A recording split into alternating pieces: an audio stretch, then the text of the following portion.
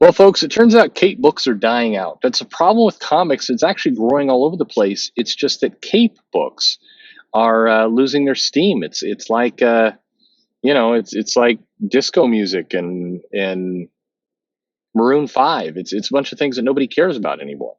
Um, and not exactly, but let's get into it.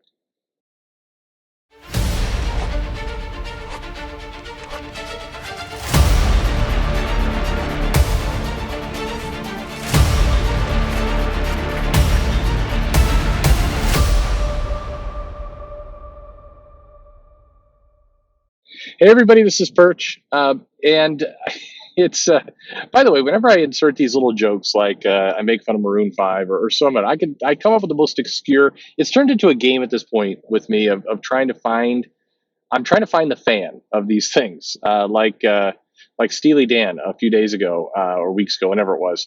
Who was I to know there were Steely Dan fans? I don't know.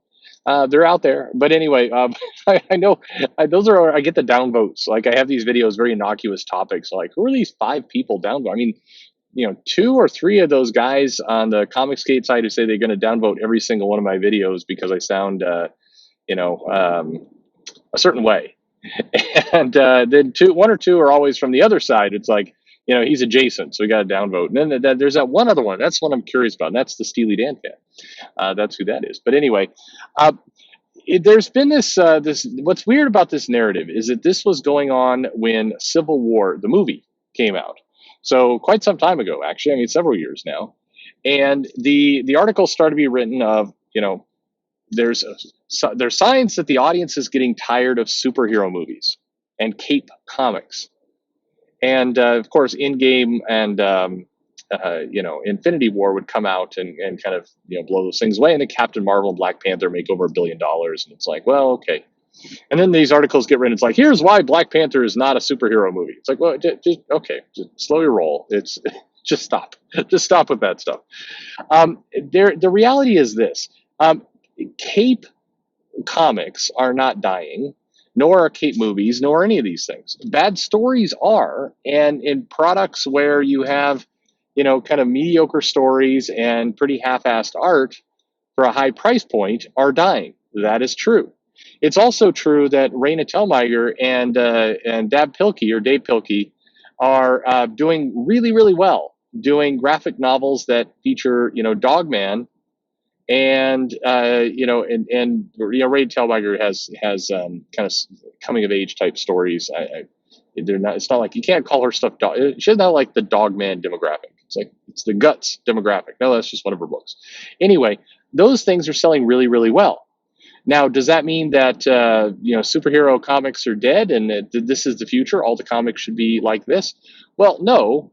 And in fact, if you really kind of want to think about it, one of Deb Pilkey's, stronger titles and things he does is Captain Underpants, a story about a principal who puts on a cape and flies around like a hero. Now, granted, Captain Underpants and say the Avengers are not at the same level of, complexity of a story.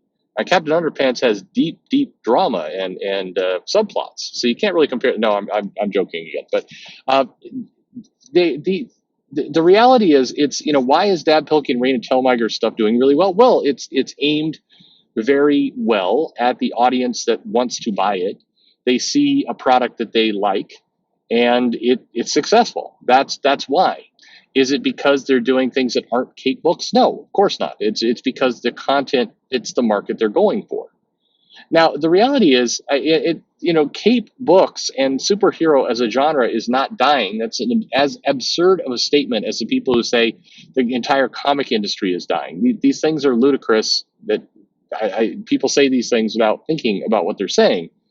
But if it continues on this path, then sure, dying is the wrong word, and losing interest is also the wrong word, but not selling is the right word. If the comics are not landing with their audience, whether they are superhero books or horror books or romance books or how-to instruction manuals, whatever it happens to be, they're not going to sell. But that doesn't mean the whole genre is dead and people are tired of it. In fact, every single piece of quantifiable evidence points to the opposite. These stories are this the interest in this content is extremely high. Superhero movies still command a lot of attention, even when they're garbage. I have absolutely zero concerns that when theaters open up and COVID's over and Wonder Woman 84 comes out in the theaters, people are going to go watch it. I also have every confidence that a number of people will bend over backwards to talk about how Wonder Woman 84 is not a superhero movie because they don't want to disrupt that narrative that they've been doing, saying, well, it's all over. The question I would have is like, why do people want to push that agenda?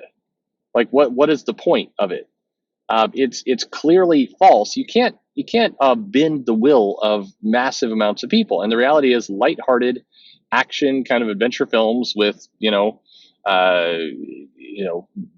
kind of reality bending storylines and fantasy escapism are popular. They've been popular for a long, long time. Superhero movies were harder to do in the 70s and the 80s simply because of the graphics and the capabilities we had as movie makers. You still got them and they still made money. But today it's a lot cheaper to do those bigger than life escapist movies. And that's what people want. That's what people consume. We do this thing every year where we do the Academy Awards and we talk about the best movie out. And it's a bunch of kind of, lower earning, typically, indie films. And they're quite good. They're good stories. They're fine. There's nothing wrong with them. In fact, many of my favorite films have been nominated and or won Academy Awards. Cool. But they're not big budget mass appeal in most cases. Yeah, Titanic did fine, but other than that, most of these films do not make massive amounts of money. There's having a really good story and appealing to a small audience, and then there's appealing to a mass market. Well, superhero films, superhero content, cape comics, cape movies appeal to a mass market unless you put out an inferior product, and then they don't. But the guilty culprit there is the inferior product. It'd be kind of like if you hired somebody who had no kind of concept of anatomy and no drawing or creative skill, and then you hired, I don't know, somebody who writes nonfiction for the Wall Street Journal. I realize some will argue that's an oxymoron, but just somebody who writes for the financial section of the Wall Street Journal, and you're like, you two are going to do Batman. Let's get your very best Batman story. And then you throw them out there and you say, okay, let's see what you got. And then sure enough, the title doesn't sell because Batman looks super weird. His the artist forgets to draw his legs sometimes. And like the writer has no idea what's going on. So he just kind of writes random stuff all over the place. And the comic is terrible. And then it doesn't sell. And people go, well, see, here's proof. Superhero comics don't sell. It's like, no, you put a lousy team that was destined to fail, and it failed. I don't know why there's this push, other than there's people out there who just like being proven wrong, or some people will say, no, it's a social agenda to kind of destroy the American ideal of superheroes and lead us all into socialism and all the rest of that. So to me, that's overthinking it as well. To me, it's just people who are trying to get attention. They're trying to write headlines that are knowingly controversial. And then they're too stupid to realize that they should bounce on to the next controversial item rather than doubling down on the one that's being proven false on a constant basis, and therefore go down with the ship. That's what people should do. They don't do that, but that's what they should do. Anyway, what do you think? Are superheroes dead? Is the genre over? Is it all, should we just get ready for so everything's going to be Rain and Telmiger and then Dogman. Those are the only comics that are going to be made. It's just those two. Those are the two. So Dogman cinematic universe is what we're looking for. The Telgmeyer verse. Yeah, why not? Leave a comment below. Let me know what you think. Like, subscribe, follow me on Twitter or Facebook at Comic Perch. Most importantly, thanks for listening.